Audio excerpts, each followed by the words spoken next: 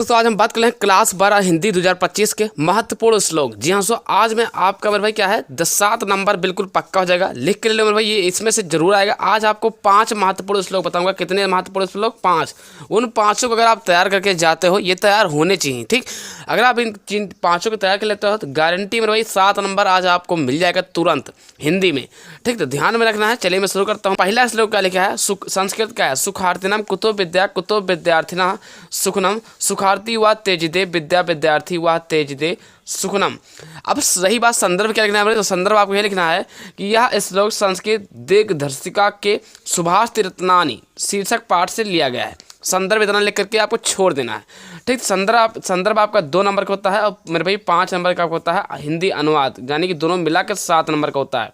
ध्यान रखना है, 2 नंबर तो आपका केवल संदर्भ का मिल जाएगा। नंबर इसका हिंदी करोगे, अनुवाद जब लिखोगे हिंदी में तो वो मिलेगा। तो चलिए इसको देखते हैं। क्या लिखा है? सुखार्थिनम कुतो विद्या। क्या है? सुखार्थिनम कुतो विद्या। इसका मतलब ये हुआ सुख चाहने वाले को विद्या कहाँ, ठीक।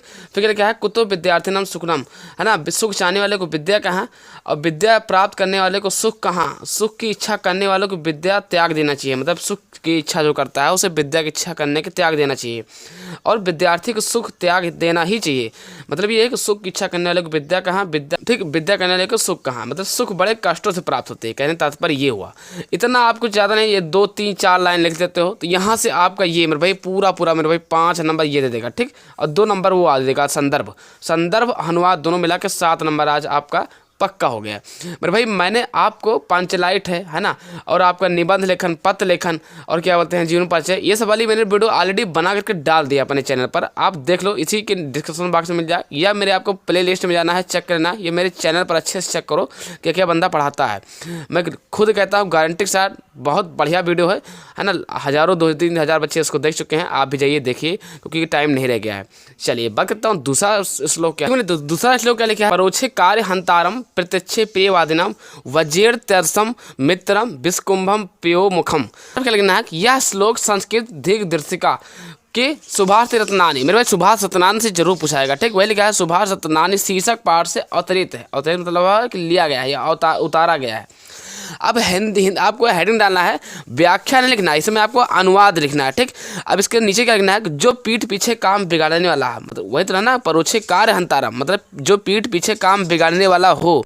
अब प्रत्यक्षे प्रियवादनम, मतलब सामने मीठा बोलने वाला हो। फिर क्या लिखा है? वज्रदृतसम मित्रम विस्कुंभम प्यो मुखम, मतलब ये हुआ कि ऐसे मित्र को उसी प्रकार छोड़ देना चाहिए जिस प्रकार विष से भरे घड़े को जिसके ऊपरी भाग में दूध हो और छोड़ दिया जाता है।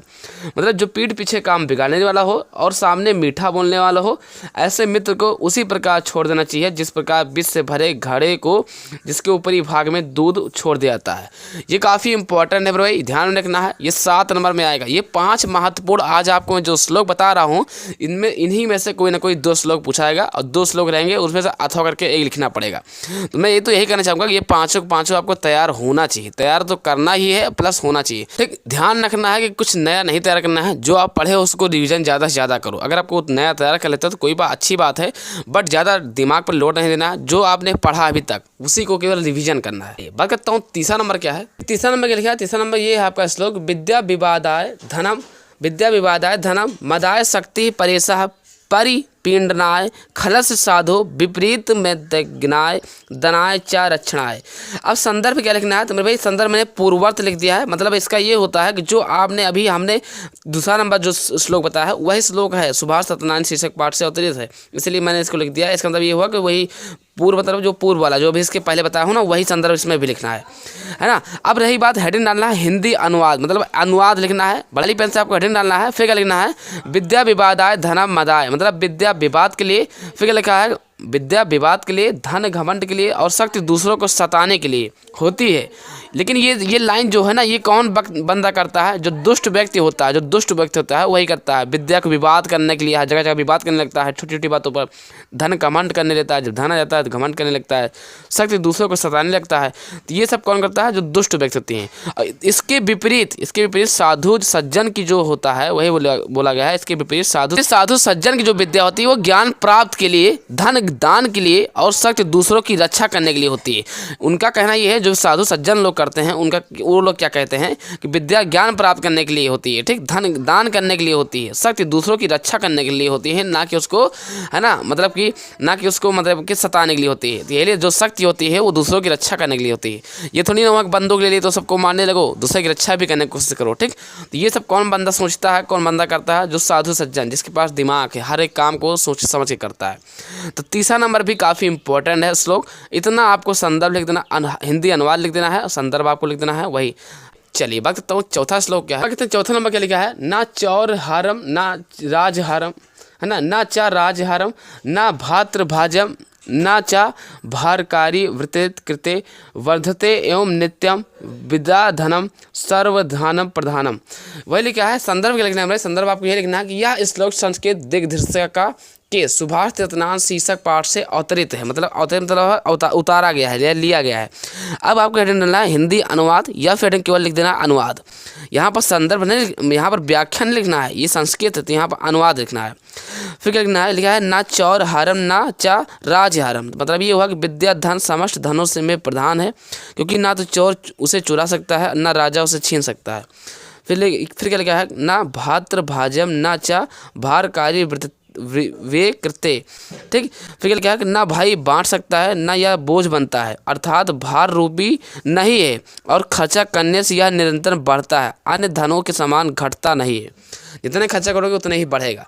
वही लिखा है विद्या रूपी धन समस्त धनों में प्रधान है, चाहे प्रधान लिखो या फिर लिखो सर्वश्रेष्ठ है, ठीक।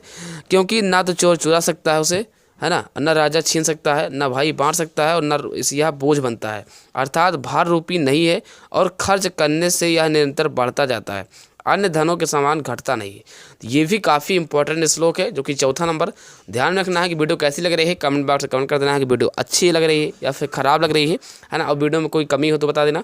चलिए बात करता हूँ पाँचवा नंबर क्वेश्चन क्या है। नंबर क्या लिखा है? जयंती ते महाभागा जन सेवा परायणा, है ना, जरा मृत्यु भयम नास्ति ये सम कीर्ति तनो क्वचित।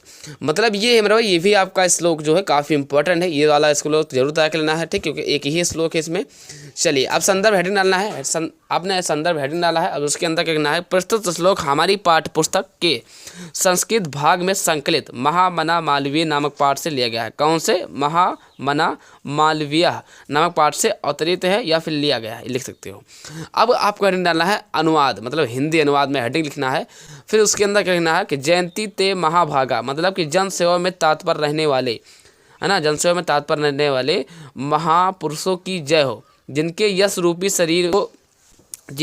रूपी शरीर को कहीं भी वृद्धावस्था और मृत्यु का भय नहीं है।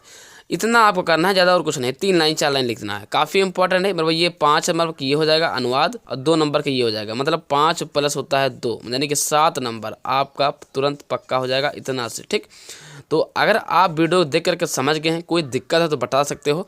इससे अच्छी वीडियो मैंने कल डाल रखी है, जिसमें हमने पंचलाइट, है ना, महत्वपूर्ण निबंध, महत्वपूर्ण पत्रलेखन एंड जीवन परिचय, 4 कम से कम 2 गद्य के 2 पद्य के मैंने ऑलरेडी बना रखा हूँ। वो कहाँ मिलेगा? इसी वीडियो के डिस्क्रिप्शन बॉक्स में लिंक मिल जाएगी, या आप प्ले लिस्ट से चेक कर सकते हो। मेरे चैनल को अच्छे से चेक करो कि ये बंदा पढ़ाता क्या है, आपको अच्छी जानकारियाँ मिलती रहेंगी। और आज शाम को या फिर कल ही वीडियो आ जाएगी बायोलॉजी की, जिसमें से 35 से 40 महत्वपूर्ण अति लघु उत्तरीय प्रश्न, दीर्घ उत्तरीय प्रश्न, है ना, लघु उत्तरीय प्रश्न बताए जाएंगे।